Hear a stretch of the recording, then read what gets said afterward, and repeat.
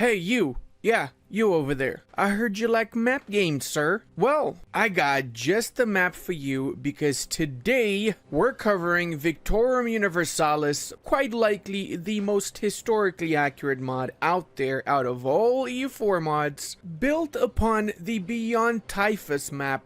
Victorium Universalis has come a long way from its humble origins, with much of the original BT code having been replaced with original Victorium Universalis code and updated to the 1.35 version of EU4. It does present one of the most historically accurate culture map modes for once. As you guys probably know, I've had my grief with the Beyond Typhus's culture map mode. Well, those griefs have been addressed in this mod, albeit not fully. There are still some inaccuracies within it, but that being said, starting with the Germanic lands, this is absolutely glorious. Check this out. We have multiple new cultures such as the Alsatians, the Rhenish, Nedersklakshkubershkiski, and yeah, and that's pretty much it. No, Alsatian as well is different, and Luxembourgish, I believe. Zealander is divided as well from Frisian in the north here, Brabantian, and Limburg. Basically a few extra ones over there. Most importantly though, we do have Schleswische, which is the German version of the people living in Silesia, and we also have the Carpathian Germans, which did historically live within the Carpathian Mountains, albeit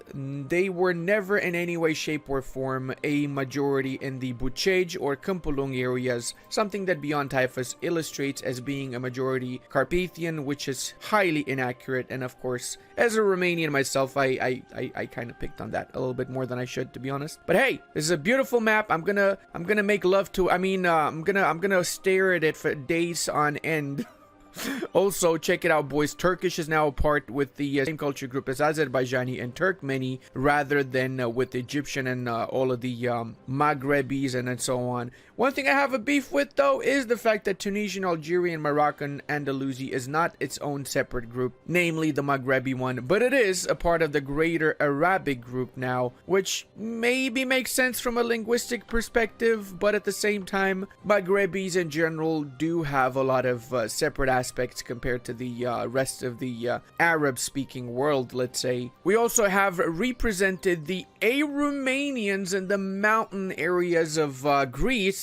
Aromanians exist even today, one of the few other Eastern Romance areas language-speaking people, alongside the Meglena Romanians, Istra Romanians, Dalmatians, which right now don't exist anymore. I believe the 19th century is when we saw the last Dalmatian speaker. We do have the classic West Slavic, East Slavic, South Slavic, and North Slavic cultures. I'm just kidding. I know that's Swedish. Please no hate. I love you, Swedish people, and Danish, and Norwegian, and Finnish. Wait, what? Did I just put Finnish in the same group? No, they're separate, boys. They're separate for sure. Actually, is Hungarian separate as well? It is! Look at that! There you go. We have Hungarian, we have the Zekulars. Surprisingly, we have Cumans. I'm not 100% sure there would be any actual Cumans in 1444 still left around, or any sort of separate identity. But I might be wrong. I'm not super familiar with the whole history of the Cumans after the collapse of the Kuman Khaganate. Now that we've checked that out, I want to also check out the new trade goods map mode, because there's a ton of new trade goods, including my personal favorite, vodka. That's right, you get recruitment cost increase,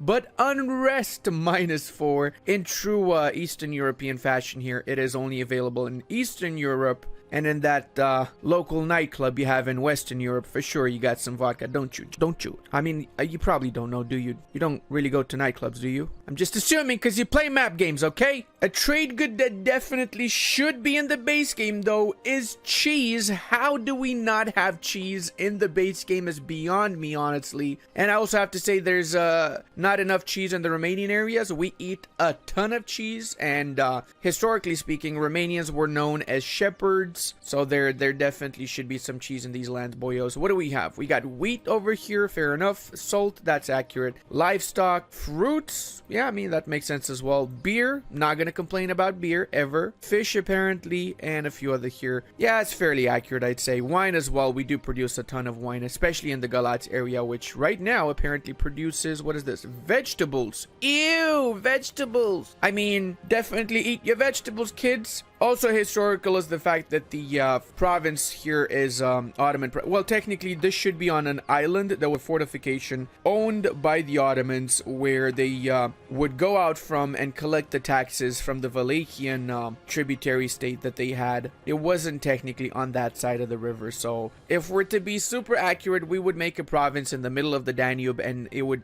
be a connection between the two, and it would be basically a straight crossing. But that's way too much in my opinion. No need for that. That being said, though, the Danube itself, you can navigate now. It's actually sea tile, so you can go with your boats all the way into Vienna and all the way to Ulm. Oh, wow. You could have an Ulm expedition. Well, Ulm is actually not by the river itself. It is instead Dornstadt by the river. Go from Dornstadt with your ships all the way to Constantinople, and then give them all your money so they can survive the siege. I mean, what? Who said that? Considering I decided to start my particular playthrough with this mod, because that's right, boys, we will be playing this as the Ottomans. I probably shouldn't be supporting in any way, shape, or form the Byzantines, should I? In fact, I should probably be calculating their demise over here. The Ottomans do start apparently with cores on what's left of the Bulgarians, namely the lonely fortress of Lovesh, which historically did fall a few years after 1444, so it's accurate to have them over here. I like the attention to details that they pay, which is awesome. Like, for example, Benevento is a very, very historically attested area which belonged to the papacy, and there was basically an enclave within Naples. So it's cool to see that even such a small place like Benevento has been illustrated in the mod. There's obviously a ton of new provinces. I'm not sure how many, but there's definitely at least 2,000 to 3,000 more provinces. I would wager even more than that. And the Byzantines, for example, start with all of the islands that they did historically start with. So you got 1, 2, 3, 4, 5 over here as well. And you have a ton of extra provinces in the south of Greece too. So it's probably a little bit easier to survive as the Byzantines, I'd say, in this playthrough, considering they started with 40,000 units as well, and 21 galleys, or better yet ships. Manpower wise though, 5,000 so, but the Ottomans also start with 7,000, so I would say it's a fair deal, let's say, right? We're gonna go ahead and we're gonna get our rivals first so we can crush some scumbags around us, namely the Mumaluks and the Hungarians. I'm gonna check my juicy mission tree here. Oh my lord, look at that. It's almost as if this mission tree was made by the actual... Wait, what? Hold on a second. Wait, is this the actual mission tree from EU4? Like the base game? Oh no, it is, isn't it? Yep, that's the actual base game, plus extra missions before the base game and at the same time as them. I mean, these are definitely from the mod, I'm assuming. Yep, they sure are. There you go. So let's go ahead and do that. In that case, let's get our Generaldias and employ a military advisor. So we do our first mission, namely the one that... Wait, I do have a military advisor. What are you talking about? What? Is this bugged? He's militarily advising me. What's going on here? Is it because he's Greek? Is this discrimination, guys? Okay, how about this one? Let's get 10 Janissary units. That should be fairly easy to do. 1, 2, 3, 4, 5, 6, 7, 8, 9, 10. And I'm not sure if I actually got 10. I got 7. I don't have enough military points. Oh, snaps. All right, how about this one? We got to wait for the event to fire, and we got to have 1 stability. So we can do that easily. Boom. And 50 owned provinces. Right, I know that one. Okay, sure. All right, let's go. What about these new missions here? Receive war reparations from 2 countries, power projection 40, and transfer trade power to us. Oh wow, we get a general with 75 tradition, 100 military points, and for 10 years a ton of modifiers. Balance the estates, gotta have crownlands at 50%, so that's gonna give us again a lot of awesome modifiers. Military advisor has to be skilled too. Oh, I forgot, we can actually recruit the Orban after we get the event. Let's also do our estates quickly. We're gonna do a super standard estate, not gonna even explain this because you guys already know, don't you? Wait a second, governing capacity plus 200? Hot diggity dong. And advisors minus 25%, so the mod did not change to minus 15% as the base game did with the 1.35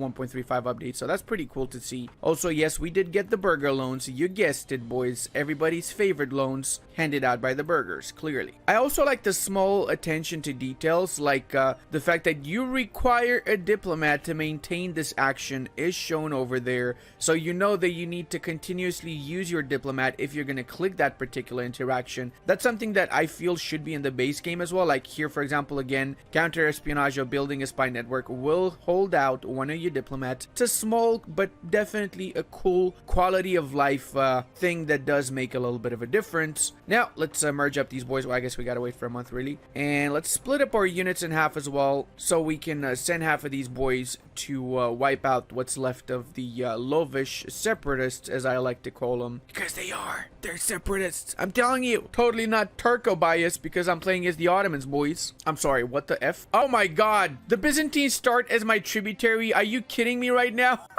I just realized, oh god, okay, I see what's going on here. They really went historical because technically the Byzantines did pay tribute to the Ottomans in 1444. I mean, it was to be expected. Despite the Byzantines starting with 40,000 units, they have also decided that they cannot afford to have 40,000 units. So essentially, they just started deleting all of their troops. They're down to 25, and I'm guessing they're going to be down to even less than that very soon as well. There you go. We got our conquests over everybody, and let's also change Mr. Urban here, so we actually do the other mission as well now. Refill the Ortas, permanent claims on Turkish provinces in Anatolia and the Maastricht, and the guns of Urban the Gretenstein. That means we start with 4 artillery pieces. That's more than anybody else starts with because, you know, we're absolute Badensteinskis. Now, I have to say, though, that despite the fact that they've added a huge amount of fortifications, which is accurate, they actually added pretty accurate locations for fortifications. However, from a gameplay perspective, a lot of these are not actually needed, so I'm going to be deleting them. I'm only going to keep a few of them so I don't absolutely collapse my economy. My economy right now, we're paying 6.62. Oh, actually, never mind. That's not the issue. The issue is we're over the force limit by 55 ducats. What?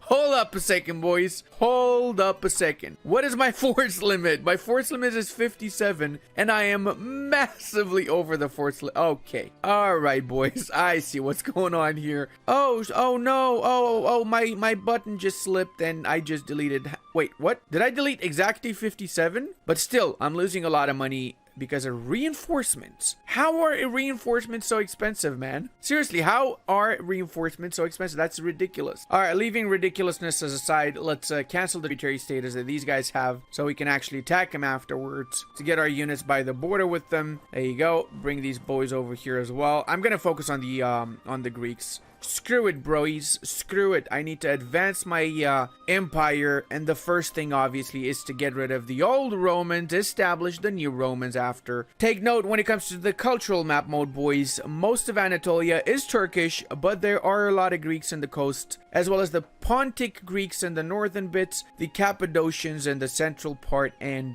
the Goths also are part of the Hellenic group, because technically the nation of Theodoro, whilst it did have in the countryside majority Goths, the administration was definitely Greek, and any written accords that we have from Theodoro were done so in Greek, as it was originally a part of the Byzantine Empire, and it broke away sometime prior to 1444. Another thing that I absolutely adore is the new building system. So compared to the base EU4 building system, you can tell there are a ton of differences here, starting with the fact that we have the ability to change certain things. So for example, if we build a cigars factory, we change the trade good to cigars, which is at base cost 4.25 ducats, and it offers +2 base tax in new colonies. So obviously this is a little bit more of a colonial thing here. It also shows what exact technology we unlock this at. So you can see Admin Tech 10, 11, Diplotech 11, Military military tech 15. So you can even build cannons, metalworks,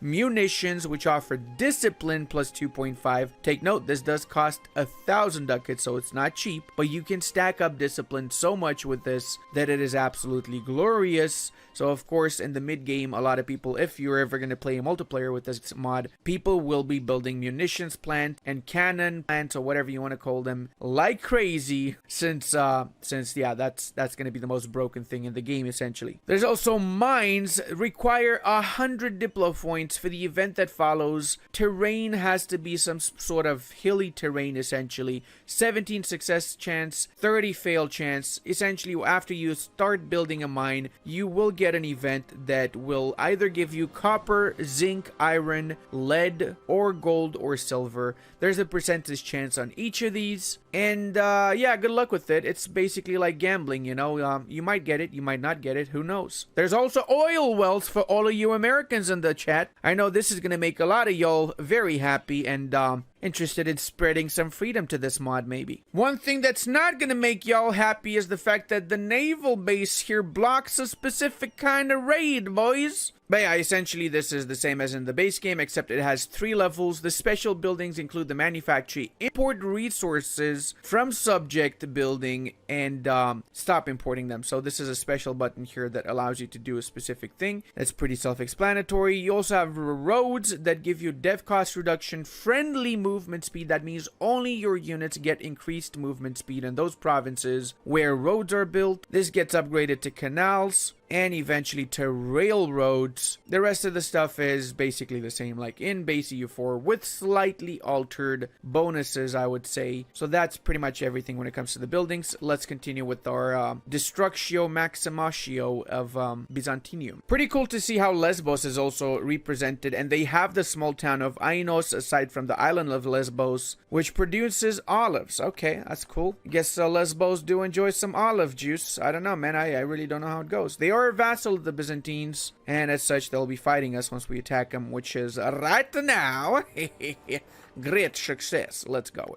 Wait, does the other guy have 2? He does have 2 Siege Peps. So, let's go ahead, split them up a little bit too. Manpower is a lot more harder to come by in this mod, by the way. So, the reality is that you're going to have to be a little bit more careful with your manpower. Don't waste it, because once you've wasted it, you will not be able to get it back. It's a lot harder to recover as well. We're only getting 412 a month, and we are the Ottomans, boys. We're the Ottomans, okay? We're not the Byzantines or some small country here. We're one of the biggest great powers at the start. Imagine how the rest of the people that do not have our manpower pool available have to struggle with keeping their manpower in check and such. All right, let's go ahead straight for the Byzantine walls. We actually do have here the Theodosian walls, boys, that offer a ton of bonuses, including discipline, shock damage, fire damage received, and so on. All you need to do is be in the Christian group or be in the Muslim religious groups. After we get the Theodosian walls, we're gonna get those bonuses ourselves, as is with everything. Perfectly balanced, of course. Definitely perfectly balanced. That's the end of the Byzantine army. Feels bad, man. Baragius, Assaulticus, Maximus. And I just remembered that manpower is an issue in this game, and I probably shouldn't have assaulted that. But hey, we took Constantinople in 13 days, and that's something, okay? That's what really matters. Now let's go ahead and attack everybody else here that is a part of the Byzantine Empire. Oh, I forgot about this site here as well. Oh, snaps. I just noticed. Look how many Aramaic provinces are around the world right now. Assyrians a few as well, and Mandaics as well. So these are basically the remnants of the old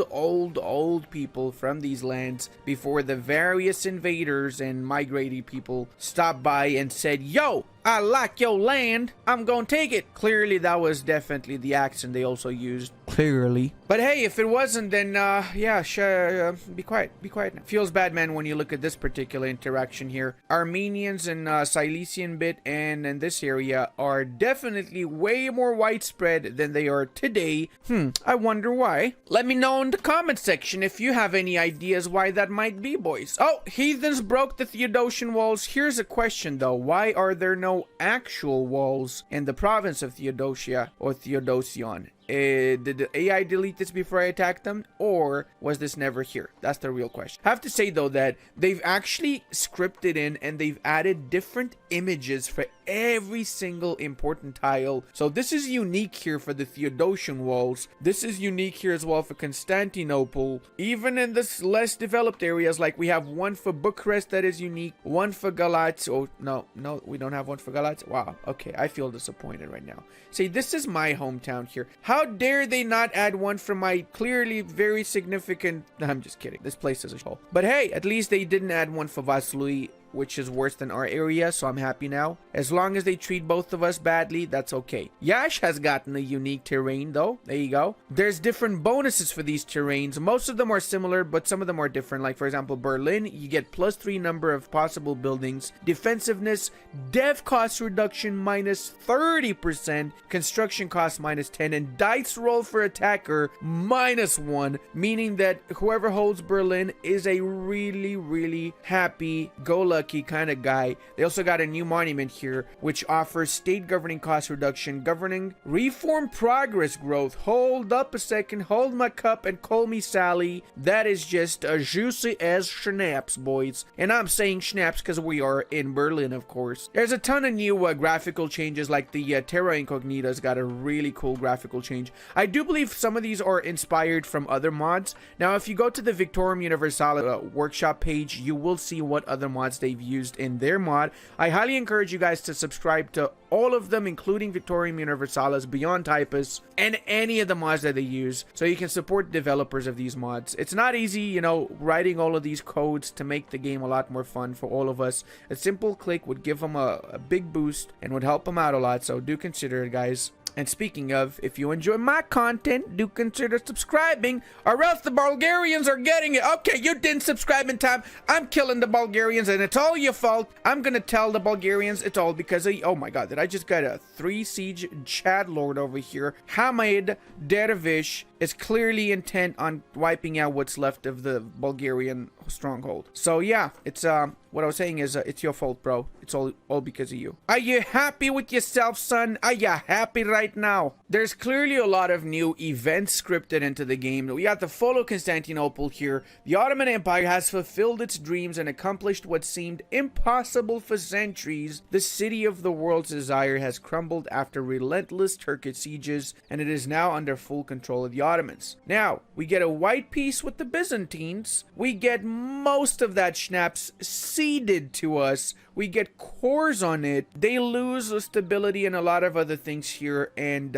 we gain army tradition, ducats, etc, etc. Or we can get 800 ducats, 5,000 manpower by giving 50 devastation in Constantinople. But yeah, I didn't get what I came for. I want to fully annex most of their snaps, so I'm just gonna give them the devastation. Yeah, lower that for me, boy, whilst I siege down the rest of your country. In case you were wondering, that was a proper Turkish accent. So yeah, okay. Hold up a second, boys. Did we just get 2 Sicilies formed already? Oh, that means they probably do not need admin tech 10 to form it. So that's pretty awesome to see. Let's see, how about us? What can we form here? What decisions do we have? Oh, we didn't adopt the title of Mia Khalifa. I'm sorry, guys. I should have done that before. My bad on that one. We can also activate new goods. Oh, wow. We get cider, palm oil, nutmeg, cloves, EU4 virgins, exotic animals, and even munitions. Okay, do we not already have that? I'm just gonna activate it. I'm gonna activate it right now. There's nothing you can do to stop. Gulams. Okay, yes, give me the army tradition. I do enjoy army tradition. Strategic resources, never... Okay, I don't know what this is. Oh, it shows me if I hover over it, the availability of strategic resources, strategic effects because of the resources, I'm assuming here. Or no, we got, yeah, cloth trade value modifier, mountain terrain development cost reduction, arid climate development cost reduction as well. Hot damn, I'm actually loving this mod already. What the F just happened? Exhausted manpower, -5 discipline. Oh god, okay. Did I say that I'm loving the mod? Oh boy. It seems like the mod is trying to restrict my,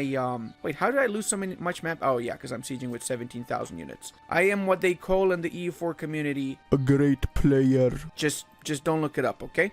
All right, let's continue with our clearly not overkill when it comes to units here of sieging down everything. Oh, aber the historical event in Stein, yeah? Murad II returns to power. This is actually historical, guys. Murad II, the previous caliph, went on his quote-unquote retirement and let Mehmed the Conqueror be in charge, and then he came back afterwards, and then Mehmed came back afterwards. So it's a little bit of a conundrum. But yeah, we can choose not to get our daddy out here in charge. He's a 3-2-1. I'm gonna stick with my guy. I don't mind losing one stability. I don't care about historical schnappledoop here. I care about getting my 646 and get all them juicy mana points. Well, what happened here? Mushasha desires expansion. Okay, well, I'm guessing they're going to be attacking Karakoyunlu boys. Also, I am going to be starting my golden era since I can. Why not? Take note, we also have the Age of Change later down the line because the game goes all the way into 1880s with this particular mod. So that's going to be pretty fun to explore at some point in the future.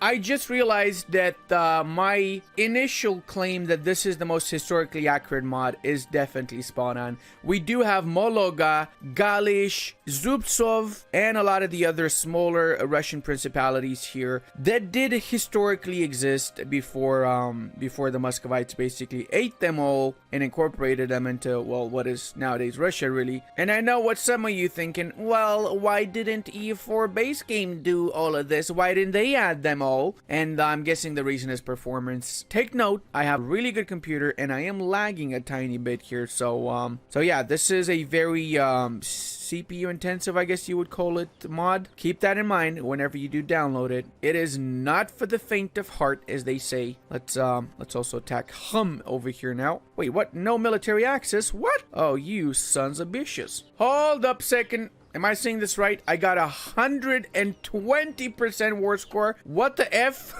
Okay, these guys unconditionally surrendered here. So that means I can enforce this. All right, kind of weird to see 120%. Totally very well scripted mod, I have to say. Totally not because of the mod here, boys. Don't blame the mod. Might be a little bit the mod, but just shut up, okay? Let's also try and destroy the Byzantine fleet before we piece them out. It looks like they're having a little bit of a stroke there. They're going left and right. Oh, is that my fleet? No. What the F is this? Oh, that's a trade wind. Okay, fair enough. Didn't expect that to be a trade wind, but sure. So I'm gonna tell you guys a little bit of a historical fact. And now, if you did not know this, then you have to subscribe to the channel, okay? If you did know, then you still have to subscribe. That's how it goes. Shut up. After the fall of Constantinople, a lot of people think that the Byzantines simply just went out of existence, but the truth is that after Constantinople fell, they still had certain provinces in the south of Greece. Yes, the capital collapsed, but in the Moravian bits, there were still proper Byzantine holdouts for a few years after the fall of Byzantium. So sure, the Eastern Roman Empire collapsed technically in 1453, but the reality is that they still were around for quite a while. Well, a few years, but still, you didn't know that, did you? So now subscribe. Do it! Come on, just do it! And whilst you're at it, don't forget to get this mod and try it out for yourself. It's actually a lot of fun, and the best part is that, you also have historical modern borders, so you can roleplay whatever you want to do with your borders and such. Not to mention, there's a ton of new technologies, and you can even have more idea groups, so you can roleplay whatever the schnapps you want to roleplay. So if you enjoyed this video, check out the Russia run until the next time.